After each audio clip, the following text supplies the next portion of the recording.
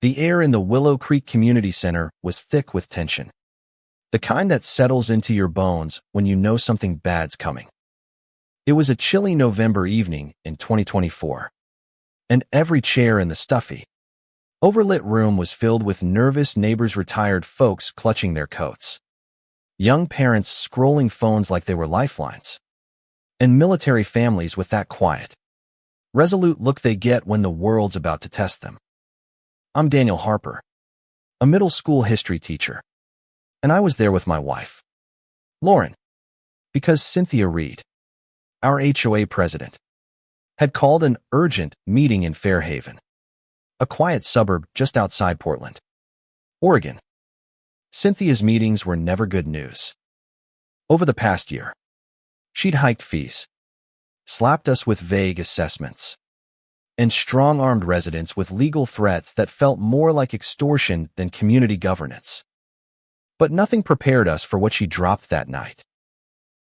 Cynthia swept in 45 minutes late, flanked by two guys in slick suits carrying binders labeled engineering reports, and a woman scribbling notes like she was documenting a crime scene. This wasn't your typical HOA squabble over unmowed lawns or parking disputes. It felt like a corporate shakedown. Ladies and gentlemen, Cynthia began, her voice dripping with fake sincerity. After expert infrastructure reviews, the HOA board has approved a mandatory $300,000 per household assessment, due in 90 days, to resurface the community pool parking lot. The room went dead silent, except for a gasp from an elderly woman up front and a guy in the back muttering something I won't repeat. 300 grand. That was more than my yearly salary. More than most folks here could scrape together without selling their homes. I looked around at my neighbors' pale faces, clenched fists, a single mom who looked like she might cry. This wasn't about a parking lot. This was a calculated move to crush us. I stood up, heart pounding. Cynthia, this is outrageous. We need full, transparency, real bids. Real reports. Not just your word. Her smile tightened, cold as ice. Mr. Harper, all procedures comply with HOA bylaws. Documentation is available for qualified review, and payment is non-negotiable. Her tone screamed, sit down. You're out of your league. But I saw nods from neighbors, a flicker of hope in their eyes. They were scared, but they were listening. My sister, Rachel, a real estate lawyer, slipped in late, her usual confidence replaced by jittery glances at her phone and sweaty palms. For a woman who could talk circles around anyone, she looked spooked, and that set off alarms in my head. 2 days later, Cynthia showed up at our door with a leather folder and that same smug smile, offering payment options that felt like a veiled threat. Daniel, I know teaching doesn't pay much, she said, her voice syrupy with fake concern. And with your savings at roughly $52,000. Military families like yours have unique challenges. My stomach dropped. How did she know our exact bank balance? Only Lauren, Rachel, and I knew that number, and we'd only discussed it privately. The pieces started clicking. Someone close was feeding Cynthia intel. Lauren spread Cynthia's documents across our kitchen table that night, analyzing them with a precision that felt more like a detective than a worried homeowner. She asked sharp questions about HOA laws and federal regulations, her focus intense, almost military grade. I started wondering what her consulting job really involved. Cynthia didn't stop at personal visits. She sent letters threatening lawsuits for disrupting community governance. When that didn't work, she called the cops, claiming we were harassing HOA leadership. Officer Bennett arrived, expecting a routine call, but when Lauren handed him her ID, his demeanor shifted sharp, respectful, almost cautious.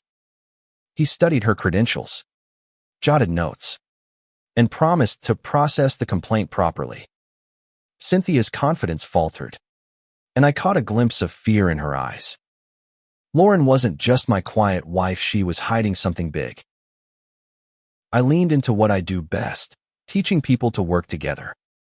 Cynthia's power came from scaring folks into silence. But I figured if I could get teenagers to collaborate on group projects, I could rally scared neighbors. We started small coffee meetups in living rooms. No HOA spies. 5 families showed up to the first one, but word spread fast. I brought copies of state housing laws and HOA rules, showing how assessments over $25,000 needed supermajority votes and independent bids. Cynthia had skipped every legal step. Evelyn Parker, a 76-year-old retired librarian, became our secret weapon. She'd been documenting Cynthia's threats for years, every letter, every shady fee, every neighbor forced to sell. Her records were gold, better than any PI could have done. Our meetings grew. Neighbors shared horror stories.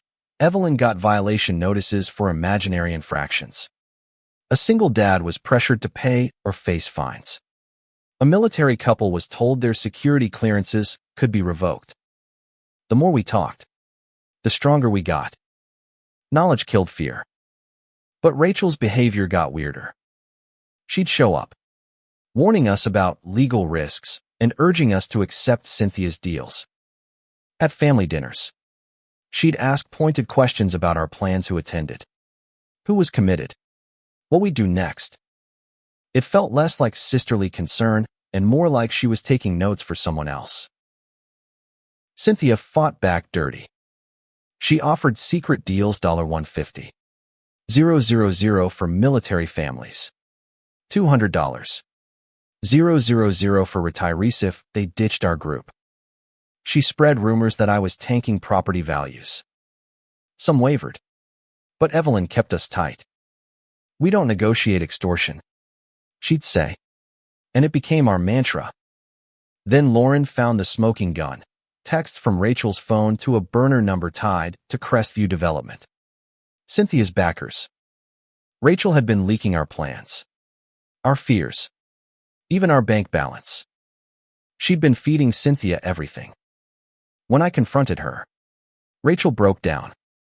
"I stole $500,000 from client accounts to cover gambling debts," she sobbed.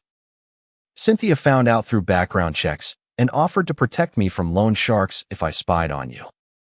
My sister, the lawyer I'd trusted my whole life, had sold us out to save herself.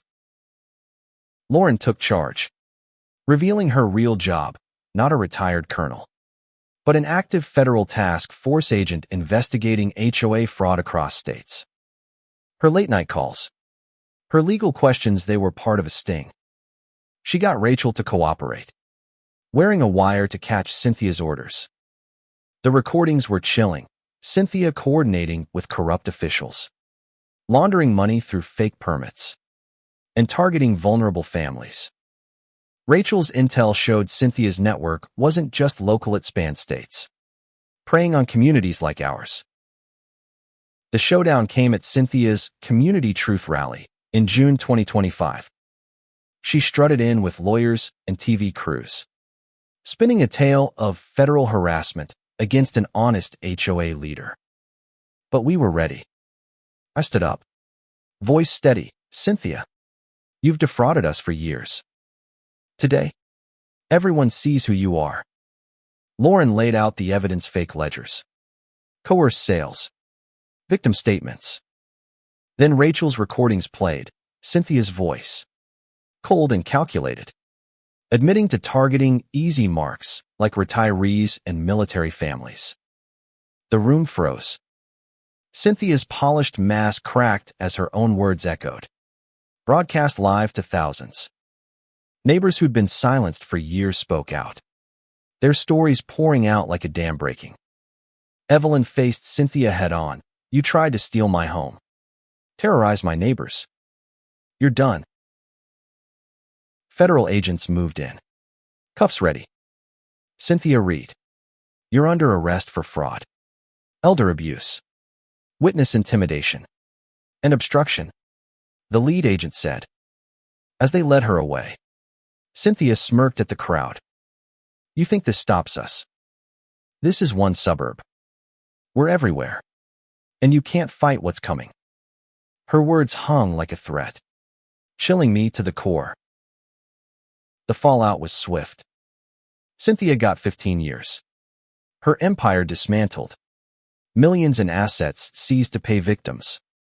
Rachel's cooperation earned her leniency. But she's still earning back our trust through restitution and community work. Evelyn now leads a regional elder abuse task force. Her courage inspiring reforms. New HOA rules transparent finances. Recorded votes. Protections for vulnerable residents made our community a model. Lauren's task force went national, protecting families across states. My teaching now includes civic education, showing kids how to spot and stop exploitation. But Cynthia's parting words haunt me. 2 days after her arrest, we got calls, back off, or your daughter pays. A note in our locked garage read, federal badges don't watch you 24/7. We know where Emily studies. Lauren says each threat strengthens the case. But I can't shake the fear that this network's bigger than we know. Have you ever faced a bully who seemed untouchable, only to see them fall? What's it like when justice finally hits? And what would you do if you knew the fight wasn't over, that a bigger threat was still out there? Drop your thoughts below. Hit that like button. And subscribe for more stories where ordinary people take on impossible odds.